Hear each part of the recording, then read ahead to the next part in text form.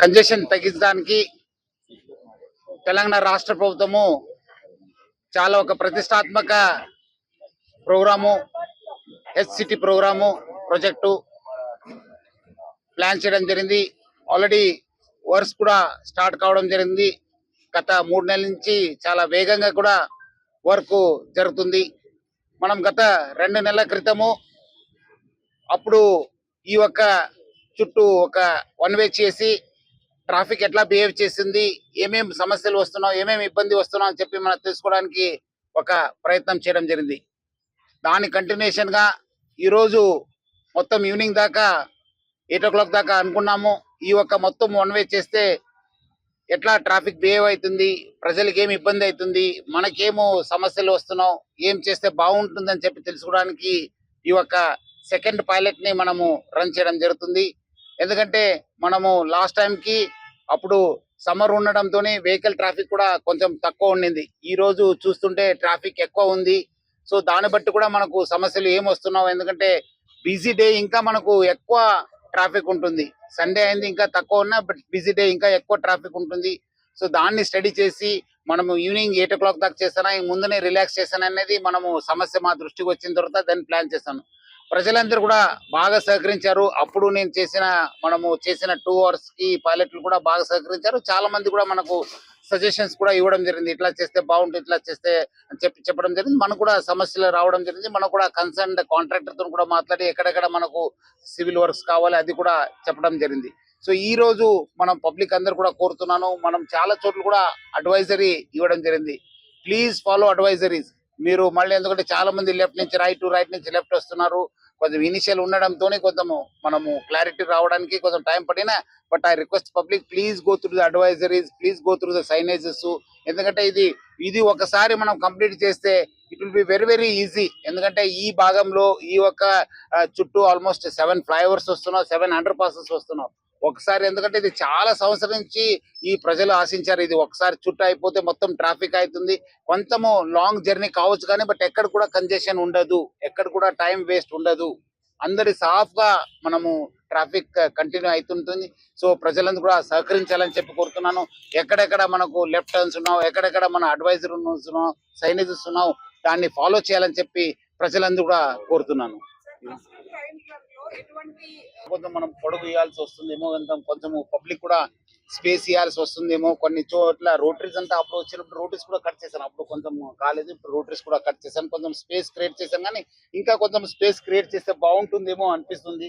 So అట్లానే కొన్ని రోడ్లు ఒక సైనేజెస్ ఫాలో చేయకపోవడం వల్ల ఒక లైన్ ఖాళీ ఉంటుంది, ఒక లైన్ ఫుల్ రష్ ఉంటుంది.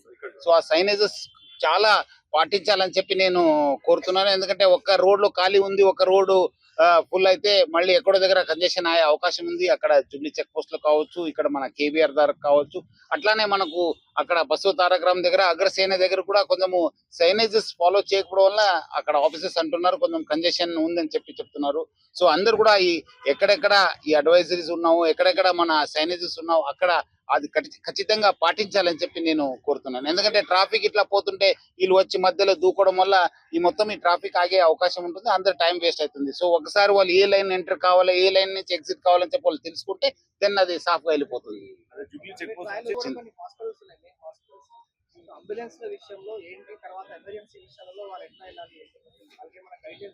అదే ఒకసారి ఈ రోజు అయిన తర్వాత మనం కూడా మళ్ళీ అదే మీరు అన్నట్లు ఒక విల్ డూ అ సర్వే. ఎక్కడెక్కడ ఇంపార్టెంట్ ఎస్టాబ్లిష్మెంట్స్ ఉన్నావు, ఎక్కడెక్కడ హాస్పిటల్స్ ఉన్నావు, ఏమేమి ఎమర్జెన్సీ సర్వీసెస్ ఉన్నావు, దాన్ని ఐడెంటిఫై చేసి then will to create separate line. వాళ్ళు వచ్చినప్పుడు మనము ఆల్రెడీ మనకు ఇక్కడ ట్రాఫిక్ లో మంచి సిస్టమ్ ఉంది, అంబులెన్స్ వాళ్ళతోనే మనం రెగ్యులర్ కోఆర్డినేట్ చేస్తుంటాం. అట్లా ఉన్నప్పుడు మనము ఎట్లా చేస్తే బాగుంటుందని చెప్పి ప్లాన్ చేస్తాం. ప్రాజెక్ట్ డిజైన్ చేసి గ్రౌండ్ చేసేటప్పుడే ఎక్కడ ప్రజలకి చాలా ఇబ్బంది తక్కువ ఉంటుందో ఆ ప్లేసెస్ లో ఫస్ట్ ట్రయల్ చేస్తామని చెప్పి సిపి గారు ఆదేశాల మేరకు జిహెచ్ఎంసి ఆఫీసర్స్, ఇంజనీర్స్, ఐబిఐ సంస్థ వాళ్ళందరూ స్టడీ చేసి రోడ్ నెంబర్ 2లో క్యారేజ్ వే ఎక్కువ ఉన్న ప్లేసులు ఫస్ట్ పిల్లర్కి అలౌ చేయడం జరిగింది. తర్వాత మనం చూసిన మా ప్యాటర్న్ అక్కడ కంజెషన్ అవ్వడము, అది ఇక్కడ కేబిఆర్ మీద మనకి ఈ జంక్షన్ మీద ఇబ్బంది పడడము, దెన్ అది ఒక 15-20 days లో అది మనకి దాదాపు రెగ్యులర్ అయింది. తర్వాత నెక్స్ట్ పిల్లర్స్ కి పర్మిషన్ ఇచ్చినాం. ఆ టెంపుల్ దగ్గర మనకి వెడల్పు తక్కువ ఉండడం వల్ల రోడ్ నెంబర్ 2లో అది మాత్రం వదిలేసి ఇటు సైడ్ ఒక 3 పిల్లర్స్ కి పర్మిషన్ ఇచ్చినాం. సో ఇప్పుడు మనకి ప్రస్తుత పరిస్థితి ఏంటంటే పంజగుట్ట నుంచి వచ్చేటప్పుడు దాదాపు సాగర్ సొసైటీ సిగ్నల్ వరకు టైల్ ఎండ్ మెయింటైన్ అవుతున్నాయి. ఇక్కడ బసవతారకం దగ్గర నుంచి వచ్చేటప్పుడు ఈ కేబిఆర్ సిగ్నల్ పడితే అది దాదాపు బసవతారకం దగ్గర దగ్గర ఉంది. అండ్ పీక్ టైంలో ఇంకా జంక్షన్ వరకు వెళ్ళిపోతా ఉంది. సో ఈ పరిస్థితులు మళ్ళీ ఈ జంక్షన్ కేబిఆర్ జంక్షన్లు అగ్రసేన్ జంక్షన్లు మన బసవతారకం జంక్షన్లు బీవీబీ జంక్షన్లు ఇంకా ఇమీడియట్లీ పనులు ప్రారంభం చేయాల్సిన అవసరం ఉంది. సో దానికోసం మనము ఏం చేయవచ్చు అని స్టడీ చేస్తే అప్పుడు సిమ్యులేషన్లు కూడా మనకి తెలిసినది ఏంటంటే ఈ వన్ వే ఇంప్లిమెంట్ చేస్తే మనకి కొద్దిగా ఉన్న క్యారేజ్ వేను మనం ఇంకా ఆప్టిమైజ్ చేసుకొని వెళ్ళొచ్చు. లేకపోతే ఐడియల్ సిచ్యువేషన్ ఏంటంటే మొత్తం మనం ల్యాండ్ ఎక్వైర్ చేసుకొని మొత్తం రోడ్ అంతా వెడల్పు చేసుకున్న తర్వాత గ్రౌండ్ చేయడం.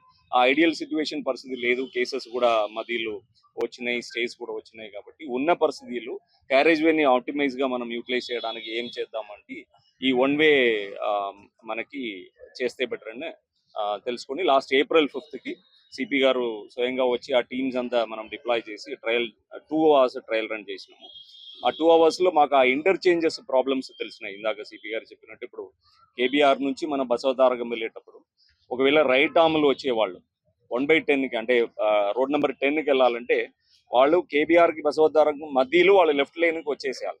అక్కడ ఒక 100 meters వాళ్ళకి ఇంటర్చేంజ్ కోసం ప్లేస్ ఇవ్వాలి. అది మనం జిహెచ్ఎంసీ వారిని కోరడం జరిగింది.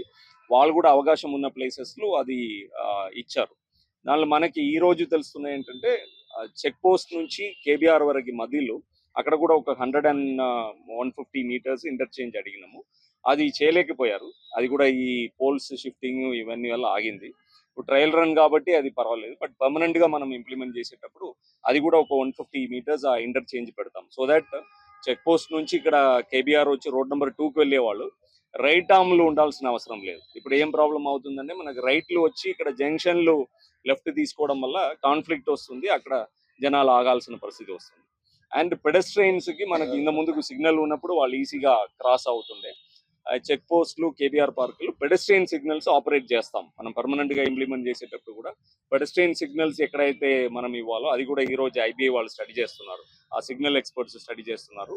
ఎంత 10 seconds ఇవ్వాలా 15 seconds ఇవ్వాలా వాళ్ళు క్రాస్ చేయడానికి అన్నది అది కూడా ఈ రోజు స్టడీ జరుగుతుంది. అండ్ డ్రోన్ విజువల్స్ కూడా తీసుకున్నారు.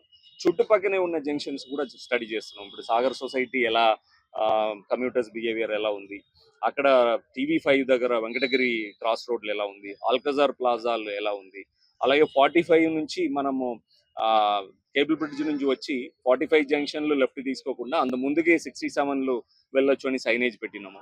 అది ఎలా జనాలు వాడుకుంటున్నారు, ఒకవేళ వాడుకుంటున్నారంటే స్మూత్ గా వెళ్తుందా లేదా, ఇవి చిన్న చిన్నదని స్టడీ చేస్తాము. ఎప్పటి వరకు మనకి ఇన్పుట్ మాక్సిమం వస్తుందో అప్పుడు సార్ పర్మిషన్ తీసుకొని క్లోజ్ చేసుకొని మళ్ళీ పర్మనెంట్ దానికి ప్రిపేర్ అవుతాం.